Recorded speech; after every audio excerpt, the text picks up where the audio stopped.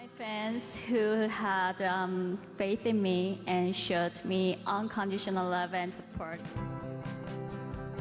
Hey guys, this is Jeff of Fluent American, and today we're analyzing the English of Min Young Park. Now, we haven't done much material for Korean speakers specifically. A lot of the things we're going to talk about today can also apply to other Asian languages as well, especially like Japanese or Chinese. But of course, if you don't speak any of those languages either, I think you'll still find some things that you want to consider when speaking English and trying to sound natural.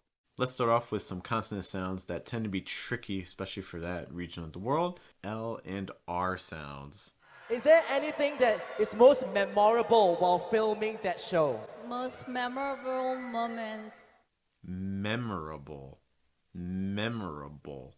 Watch out for that bull sound. Bull.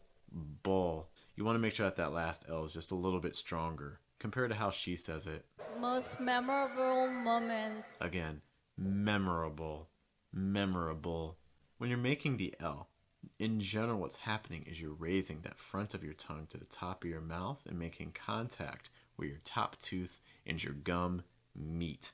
These types of issues can also appear in words like this. All of my fans around the world for your love and support. Thank you. World. World. This is definitely a tricky cluster, so definitely take a look at our other video where we look at this word specifically. But for that ERLed sound, focus on separating the consonants. Get the R sound clear first, then the L, and then the D sound.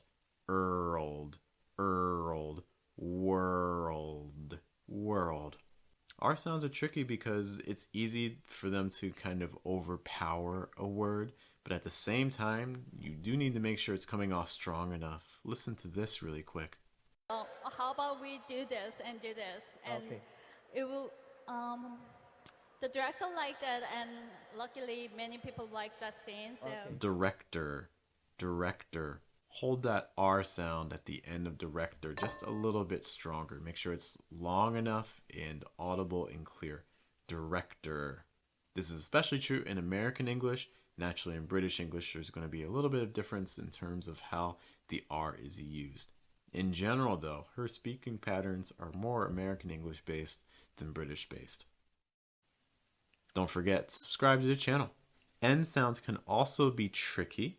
You want to make sure that when you're pronouncing N's, especially at the end of words in English, that the back of your tongue is down and the front of your tongue is up. What you see with a lot of Asian languages is there's a tendency to raise the back of the tongue when an N is at the end of a word. So for instance, a word like seen, seen, it should sound like N. Again, front of your tongue, release the middle of your tongue going up and making contact.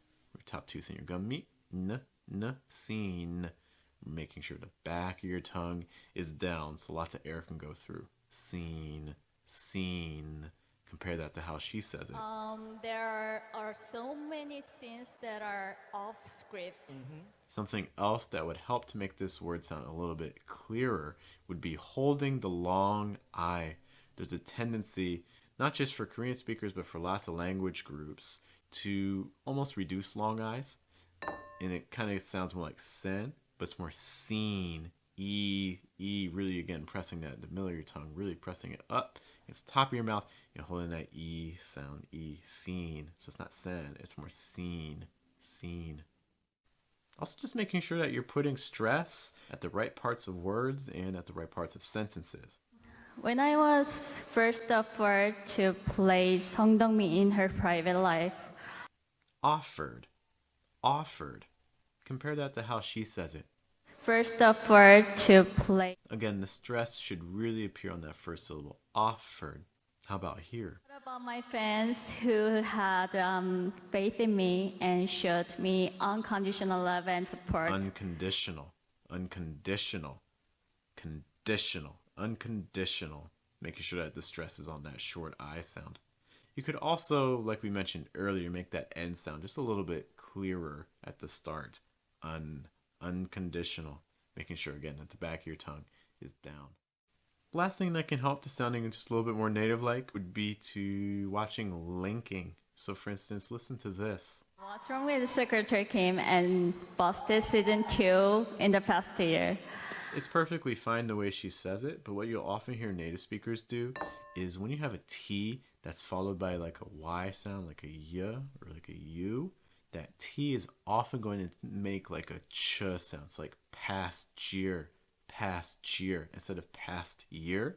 It's actually a little bit easier to say past year, past year. By the way, if you're looking for daily pronunciation practice and feedback, you definitely want to check out our pronunciation group on Telegram. Check out our Patreon page for more details. All these things aside, I think in general she speaks English great. Part of the reason for that is because in general, in sentences, she's using a great range of vocabulary. She's also using relatively natural stress and intonation patterns. To give you an example, I wasn't really sure that if I could pull it off because so you have that phrasal verb here. In phrasal verbs in English, you're going to stress the last word, the preposition or the particle. Pull it off. Pull it off. Notice that she's putting the stress on off. I also thought her use of filler words, words that don't really have much linguistic meaning, but just kind of are used to show that you're thinking of what to say next or to buy time, things like that. I think she does a great job with filler words. For example, here. it's kind of like a TMI, but my sister lives in Singapore. Sister lives Yes. here. Oh. Again, these types of things, they're little, they may not have much meaning in terms of like vocabulary, but they immediately can make you sound more natural. If you have other people that you would like to see some analysis of for their English, be sure to let me know and we can talk about them in a future video.